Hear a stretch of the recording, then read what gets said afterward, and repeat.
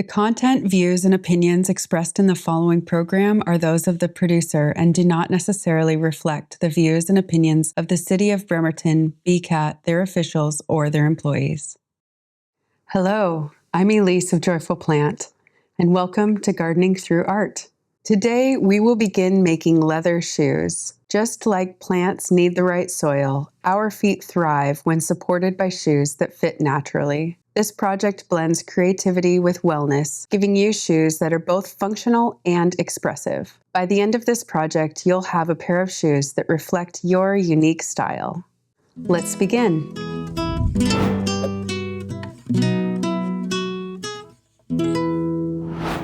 To follow along at home, you'll want to gather soft leather, either an industrial sewing machine or a hole punch and stitching awl, thread, and an embroidery kit. Shoelaces and grommets and a waterproof sole may be desired. You may want a marking crayon and binder clips. Leather or suede shoes are a wonderful way to support whole body health. Feet often start to become shaped like a shoe, which can create vulnerability later in life when balance is increasingly important. Recent research suggests that sprawling toes can strengthen foot health. Indoor shoes are helpful for children and teachers in a Montessori classroom or at home. Shoes that allow toes to spread naturally can improve balance and long-term health. Every shoe starts with a pattern. I have created one based on some tennis shoes with a wide toe bed and the size of my foot.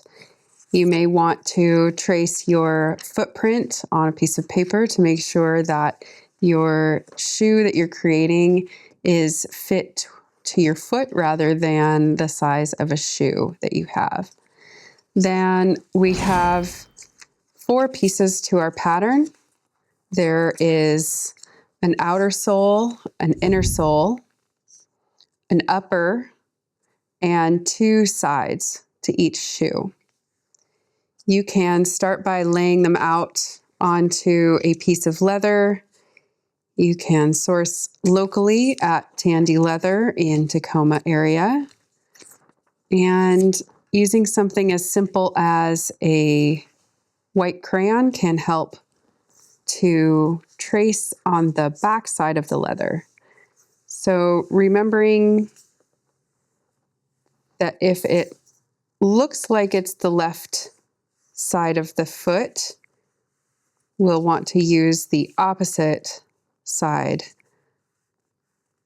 from the pattern to the piece of leather. So I'll trace the right outer and the left outer. You can rotate them around just as long as you know you have just one piece, and this can be more confusing than it seems. A piece of chalk or soapstone can be just as effective in creating firm lines and using the material as mindfully as possible, knowing that it did come from a source that we want to respect. Getting closer to nature can help our enjoyment of life. When we interact with plants and animals in nature, including working with real leather, it can help us enjoy our everyday and respect that animal's life. If you are a vegan person, you may choose a different type of material. And a lot of shoes that we purchase might be made from other places in the world.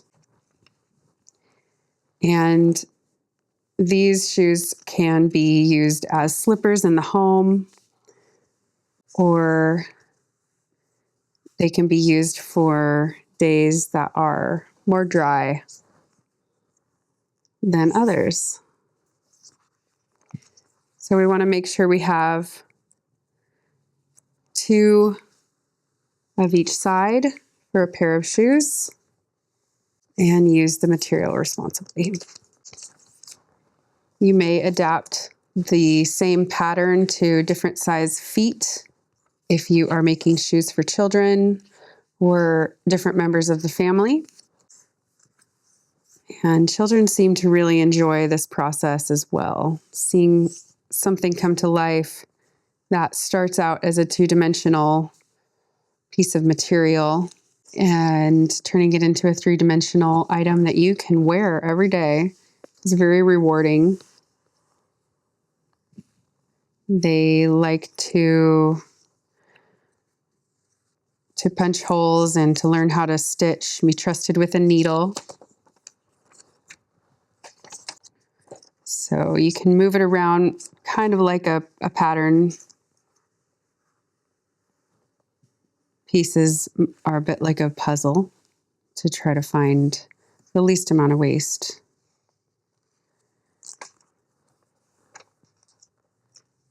And you can double check to make sure that you're getting the right and the left sides. Take some reverse thinking. So once we have all of the pieces laid out on the piece of leather, you can begin with a rotary cutter, very carefully retracting the safety, putting firm pressure, making sure you keep your fingers away.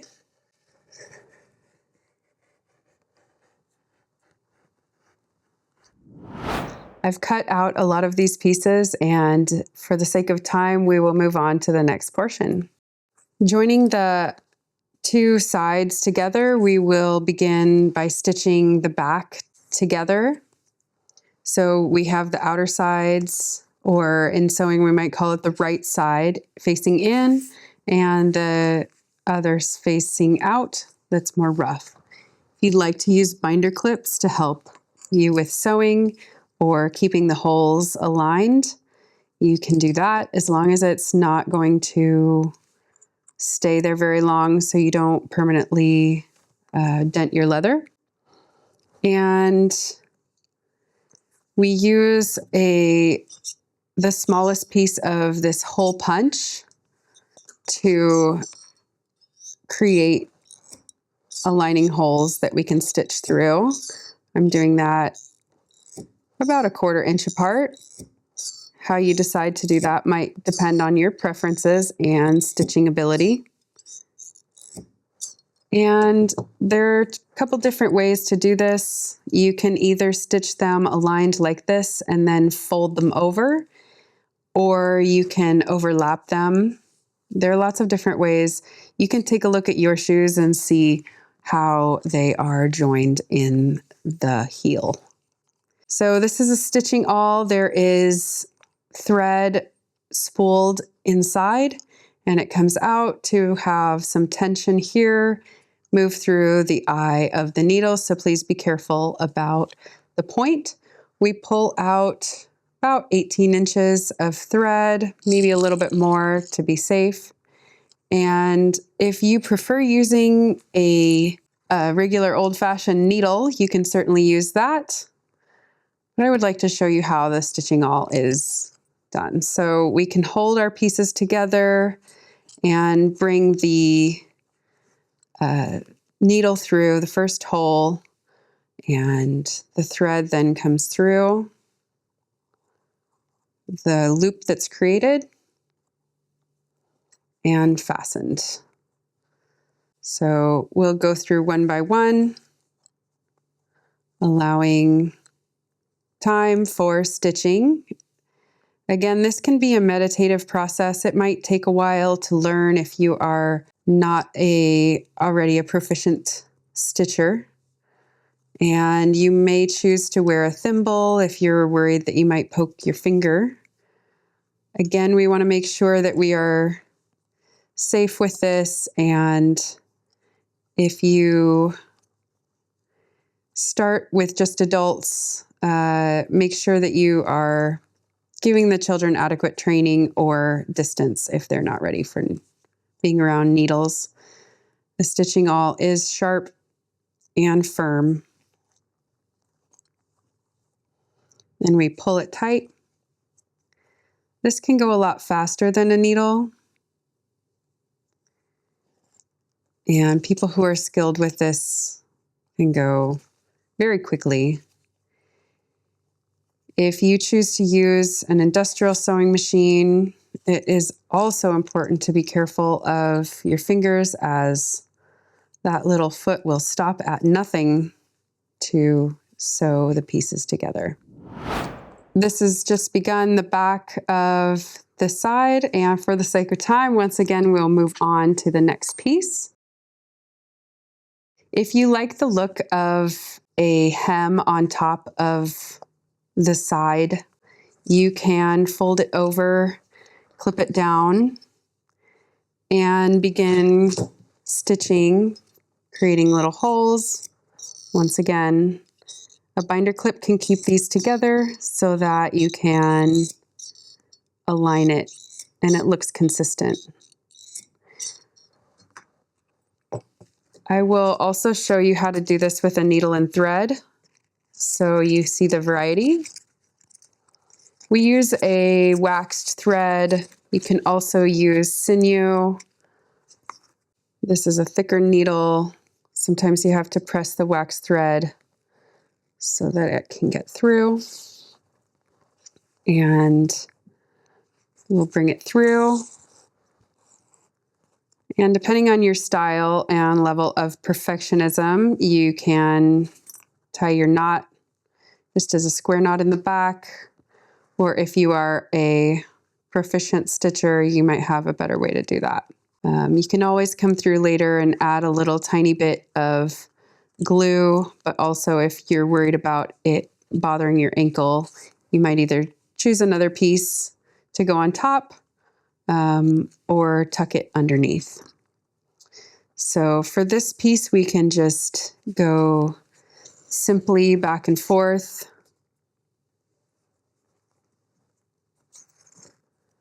To stitch the hem. If you like the look of it, you can go back over the same one so that instead of alternating, you see a consistent thread across the whole thing.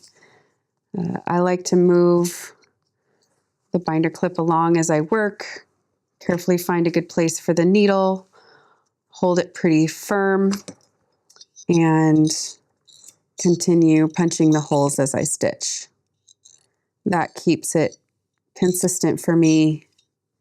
This does take quite a bit of hand strength, so you can double this benefit in your non-gardening months to maintain muscles in your hands.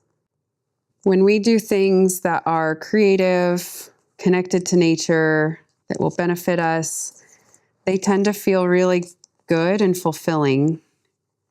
And it takes a bit of practice, but I highly recommend staying in touch with what feels positive in your life. And even when things seem a little bit out of the ordinary, such as shoemaking, it can be really enjoyable to create something that you can use and that is fun to make, and it will be useful for your body. So I've stitched part of this, and I will show you the next part. So once you have stitched the upper part of the sides, you can join it with the outer sole. And again, we have the outer part of the shoe facing the outer part of the shoe. And I like to start in the back near the heel. And using a simple stitch here, we join the two together. I've begun around the heel and going inside this part of the shoe. We will, at this point, add the upper part. And this is where binder clips become very useful to keep everything together, especially since for a little section, you'll have 3 parts of leather to join. And we'll want to make sure that they are lining up flush. So even a small binder clip is helpful. And again, if you have an industrial sewing machine, you may need to set these out ahead of time rather than adding it in. But since we're doing it by hand, I've started with this and then estimated where the upper is. The tricky part right here is that we need to have all the outer places together. We'll fold them over and then have this upper part seemingly on top. It will come out on the bottom side of the sides.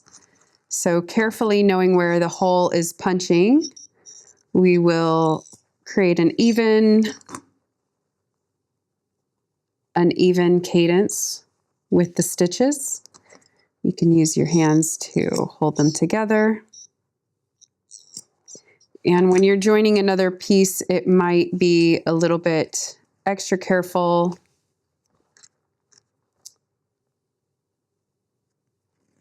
to hold it in the correct spot. So right now I'm just doing a simple stitch that brings this one through, and it holds it just a little bit more secure than the simple back and forth stitch we did on the side. Okay, so bring it through and hook on to the top to bring it tight. You might find a lot of variety in your shoes that you enjoy. Modeling this after something you appreciate can be a great place to start. Some shoe patterns are pretty different than the regular shoes we wear. So it can take some time to do hand stitching. You might want to put on a audiobook or a podcast, some music you appreciate. You might do this while you are with your family. This looks like a good place to stop for now. We'll pick it up again in the second lesson. Today, we started to create leather shoes. Thank you for joining us. In the next lesson, we will continue what we started. This will include decorating. You're invited to share your work on social media with the hashtag gardeningthroughart and find more tutorials on joyfulplant.com. Remember, every step you take in handmade shoes is a step in creativity. See you next time.